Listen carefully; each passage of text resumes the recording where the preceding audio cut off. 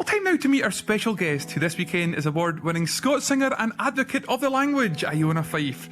But before I'm joined by Iona, let's hear her latest single, which is called The Called. This land we walk on is growing old. This land we walk on, the truth it's told. When did it come to be like this? When did we let it gang amiss? Take me back to the summertime when you held me in your arms. Never thought you'd do me harm. We had sick a lot to learn. Take me back when we felt so free, when you thought I was your best. Now I'm sitting with the rest, where you left me in the cold outside.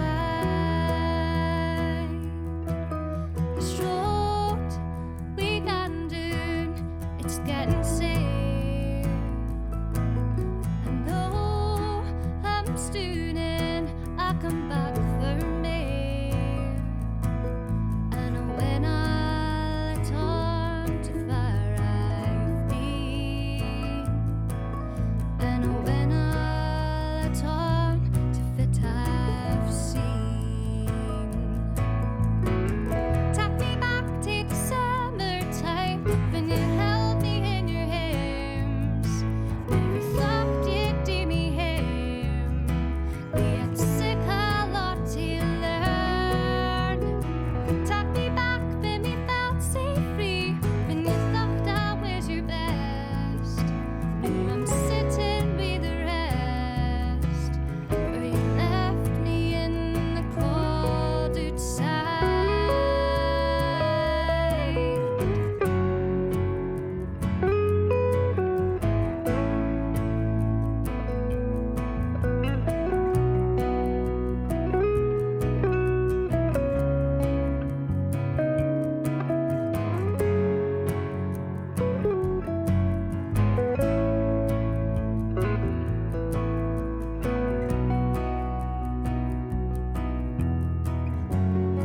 And I told you to leave it be.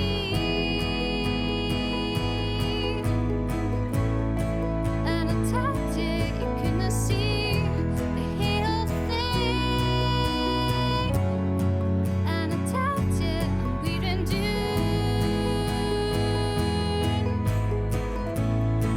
And I thought I'd take my leave soon. But you take me back to the summertime, and you held me in your arms. Never thought I'd do him. You had sick a lot to learn, but you take me back when we felt so free, when you thought I was your best. Now I'm speeding at the rest, where you left them in the cold. Take me back to the summertime when you held me in your arms. Never thought you'd do me harm. I had sick a lot to learn, but you take me back when we felt so free, when you thought I was your best. Now I'm speeding at the rest, where you left them in the cold outside. The Called from, of course, Iona Fyfe, and it gives me the greatest of pleasures to welcome Iona back to take the floor this evening. How are you doing, Iona? I'm good, thanks. Yourself? Lovely to hear your voice on the airwaves again. Now, tell us about that track that you've chosen for us there, The Called. That track was part of a commission that I got given by the Scots Language Centre earlier in 2021 to basically rewrite or write two Scots language songs, but not in the folk genre. So part of that was writing The Called and releasing that. It was kind of like a commission to write the cheesiest folk pop song I could come up with, and I think I've probably succeeded there. But another part of that Another part of that commission was translating a Taylor Swift song and putting it into Scots and convincing the boys, Graham Rory and Michael Biggins, to get on board with it. They thought I was mad to begin with. So yeah, that overall commission was to try and show different ways that we can use the Scots language moving forward that isn't really confined to folk and trad. Because if you think of it, Welsh folk song, well, Welsh language songs are in any genre, like it could be pop, funk, folk, trad, whatever. But the Scots language kind of seems to be happy into folk and trad. Gaelic has gotten into Gaelictronica. There's loads of different things happening with Gaelic and really innovative practices. But Scots hasn't really got there yet in a kind of serious way. So that's what the called is really for, to try and take it out of the folk and trad genre and make it sound a little bit different. Well, certainly you've done a great job of just that. Now, it was 2018 that we last chatted to you on the programme, and you just won Scots Singer of the Year at the Trad Awards. Feels like a wee while ago now, doesn't it? It feels like an age ago, but yeah, that was probably such a highlight year because I was touring all year. I was finishing up third year at the Conservatoire. I was totally burning my cell out at both ends, burning the candle at both ends. But winning that was such a privilege because I've wanted that since I was a wee bairn. You mentioned the Conservatoire and things, and we'll go into that in a wee moment. But first off, remind us of your own background, Iona, and where your love of songs and ballads came from. I grew up in Huntly. I go to the TMSA, Traditional Music and Song Association festivals, Bothy ballad competitions, Doric poetry competitions, and I met in with loads of tradition bearers and singers who encouraged me, because really performing a Doric poem is pretty much the same as a singing aspect. But I was never really that strong at school. I was always like in the back of the choir. But singing songs from my local area made me feel more confident about kind of like the integrity and the authenticity about what I was singing about. I understood what I was singing about. So I kind of kept going to folk clubs and sing arounds and festivals. And it was a really natural thing. And I applied to the RCS, the RSAMD, to do the trad course in 2014 when I was 16, and it was just a stab in the dark because really I just wanted to do it at Huntly. I love Huntly, but I wanted to move to Glasgow, and I got in. So I had to wait until I was 17, but then I went and did that degree, and that's kind of it, really. It was all a really natural process. I didn't wake up one day and was like, right, I'm going to be a professional folk singer and make no money.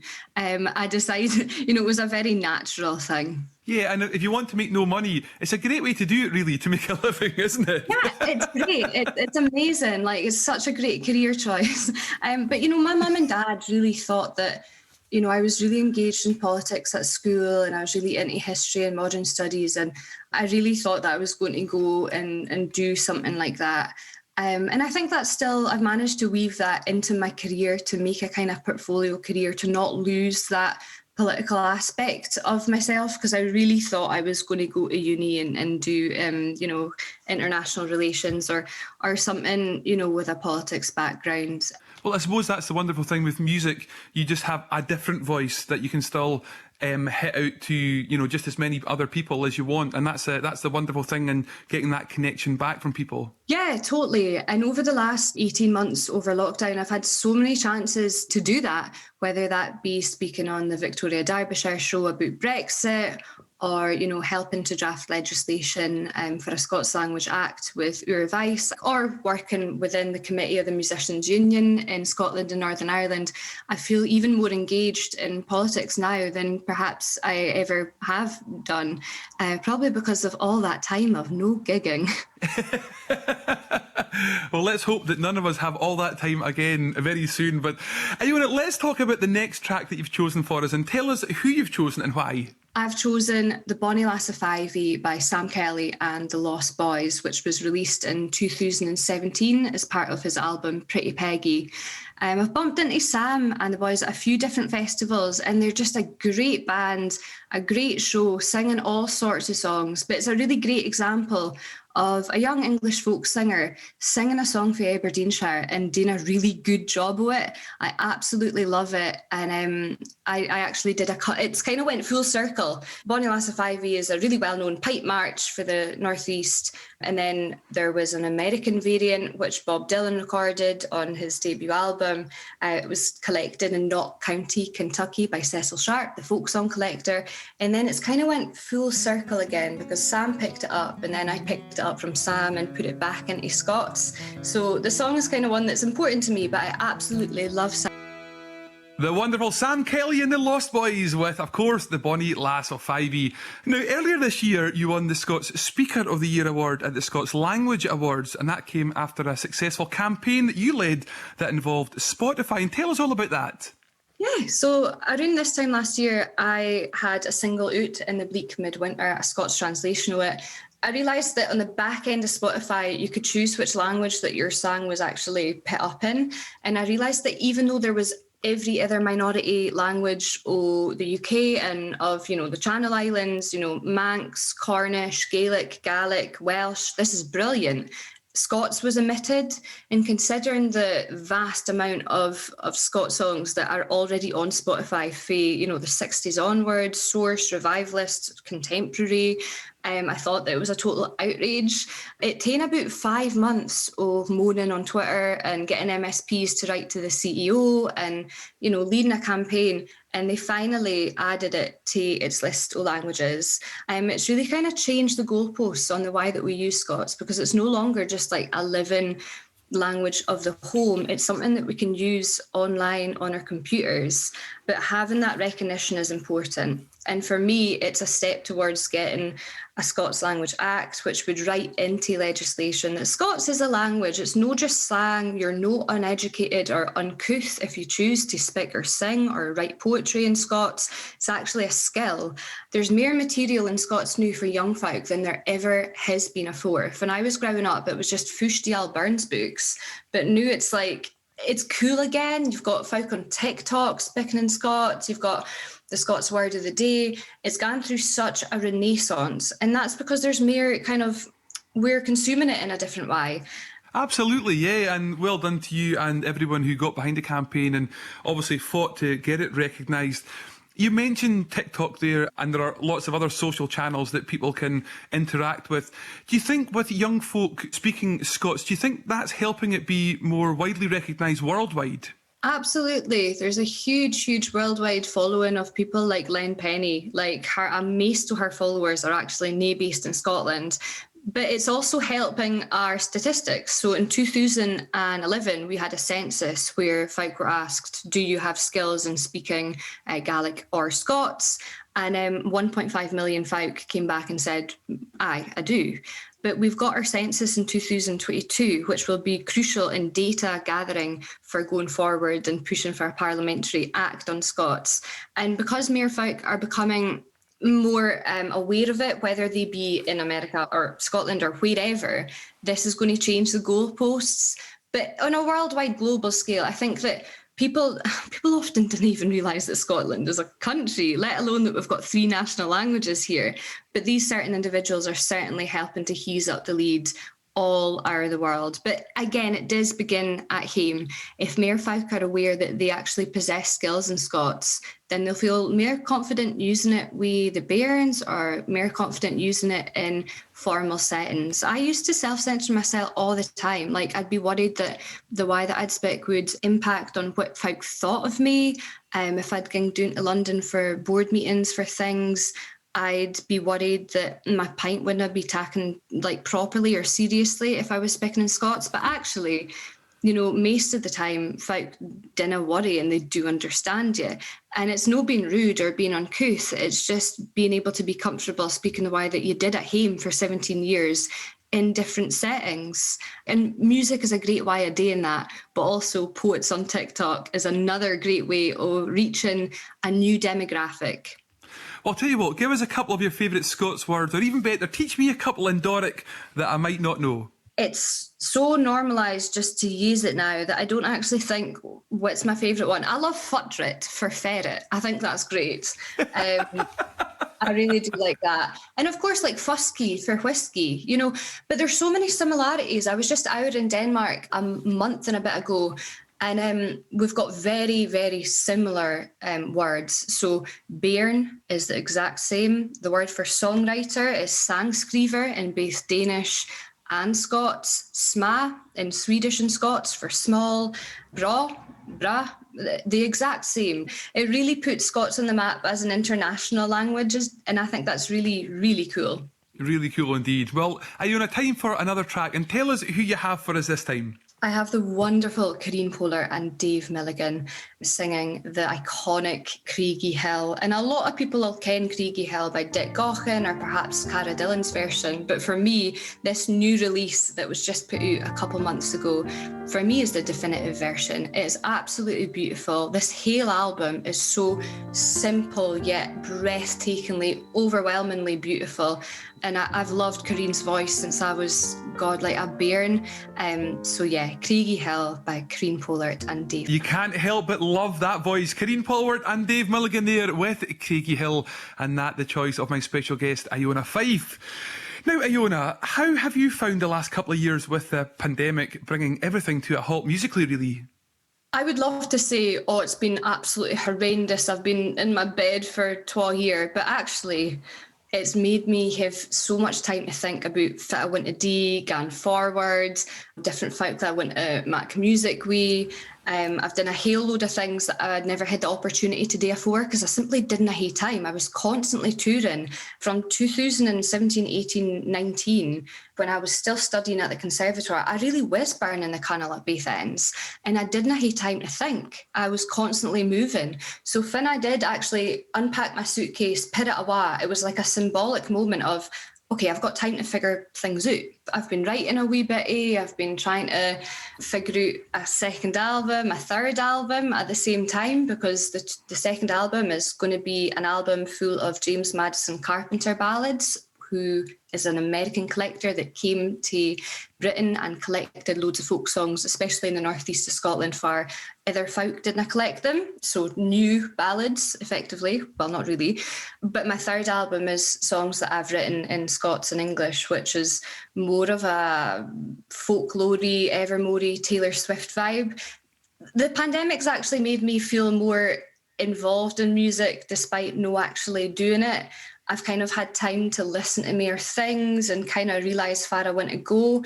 And I'm a folk singer, that's my thing, I sing ballads, but it's made me realise that I kind of want to foray into maybe writing more and maybe a bit kind of like folk poppy. And the pandemic's really helped me to see a wee bit clearly. It's been horrendous, all of us losing our income and our livelihoods and kind of no figuring out what the crack is. But actually having that time and space and energy for once, no being drained. I have a thing called fibromyalgia, which is not widely known about. Lady Gaga has it. It's a really underfunded, underrepresented condition, which affects more females than males. So the pandemic has actually really helped me recalibrate what I want to do and when I want to do it. I've put out as many singles as I could have made a whole new album. But for me, albums need concepts, because I think as a folk singer, I work in that way where my brain just goes, okay, album, concept. Whereas over the last few years, I've just been doing random singles here and there, and it's been lovely, but it hasn't had a concept, so I didn't want to bung them all together into an album. But yeah, the pandemic has had silver linings for folk, and that's been time, space and energy to think about what you want to do next. Well, we're happy to hear that. And coming up, you've been nominated for Musician of the Year at the MG Alba Scots Trad Music Awards. You've got your Celtic Connections full band show on the 5th of February at the Strathclyde Suite. And so lots of lovely things to look forward to. And of course, you've got your big Christmas show coming up. Tell us more about that. Totally. Well, it's a total honour to be nominated for Musician of the Year, because I think that sometimes singers get bunged into the singer category, and that's great and that's broad. But as you and Abdi kens, I've taken 2 stabs at the Young Traditional Musician of the Year. So maybe at the age of 23, it would be brought to win just Musician of the Year. So it's a really big honour to be nominated in that category. But I've got a Christmas show coming up. Michael Biggins and Rose Byers, who's a young singer for Dumfries in Galloway, and we're playing at the Ellisland museum and firm, Robert Burns Place, Doon and Dumfries and Galloway, and it's on the 11th of December. So we'll be doing Scots songs and maybe a few Christmas scenes in Scots thrown in.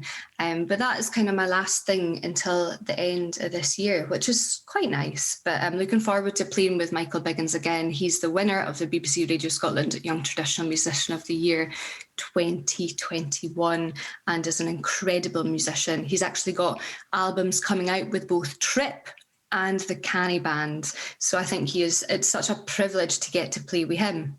Absolutely, yeah, a real talent indeed. Well, it's been so lovely to get a blether with you this evening, Iona. But before we let you go, we're going to ask you about yourself working with a specific football club, Aberdeen Football Club, and an old classic song. Tell us about how this came about, please. I've never been involved in football my entire life. My cousin used to play for Huntly Football Club in the Highland League, but that was about it. But Lisa at Aberdeen Football Club asked if we would be commissioned to record a version of the Northern Lights of Old Aberdeen. Now, this is a beautiful waltz, which is well known in the Scottish country dancing repertoire of being in a tune set as a waltz, quite upbeat. But we wanted to really make it a melancholic kind of electric guitar vibey version to be synced to a trailer for their season tickets. And it certainly worked. Back in April, it was released and it got to the top 40 in the iTunes download charts, just with football fans downloading it. And I've actually got a remix of it coming out, a collaboration with Bothy Bass, the Afa Fine Loons. So we've got a banging beats remix of it coming out, which is very exciting. I've never had that before. If someone told me 6 years ago that I'd let my music have beats underneath it, I would have told you to go away and boil your head. But that's coming out. But on a tangent, yes, I got to sing this at Pittodrie in August to 14,000 folk, and it was an amazing experience singing in the middle of a football pitch. Graham Rory produced it and played electric tenor guitar on it and mandolin. You know, it's a folk song, but it just sounds like the kind of way that I want to go with my music, a wee bit more contemporary, but staying true to the tradition. Well, Iona, thank you so much for joining us this evening. We wish you the very, very best of luck with all your future endeavours and, of course, all the very best for 2022, where, of course, there's so many great concerts and events happening for yourself. Thanks, Gary. Lovely to speak to you. When I was a lad, a tiny wee lad, my mother said to me, "Come see the Northern Lights, my child, they're bright as they can be."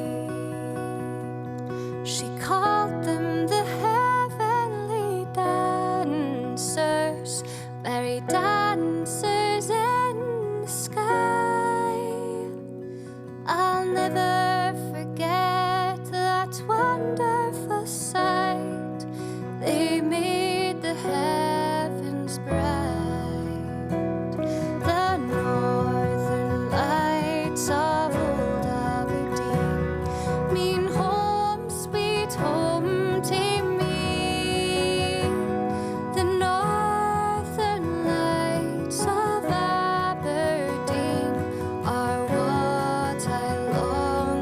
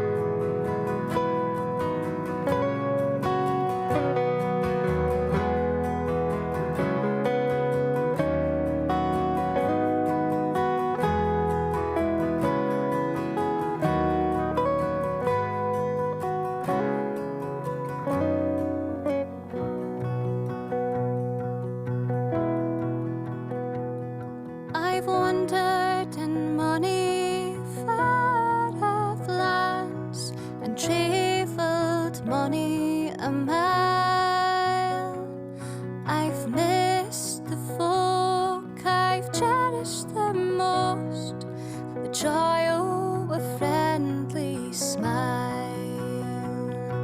It warms up the heart of a wanderer, the clasp of a welcoming hand to greet me when I return home to my native land. The northern lights of old Aberdeen, been home, sweet home to me. The northern lights of Aberdeen are what I long to see. I've been a wanderer all my life, and mony's the sight I've seen. Godspeed a day when I'm on my way to my home in Aberdeen. The northern lights of old Aberdeen, been home, sweet home to me. The northern lights of Aberdeen are what I long to see. I've been a wanderer all my life, and mony's the sight I've seen. Godspeed a day when I'm on my way to my home in Aberdeen. Godspeed a day when I'm on my way to my home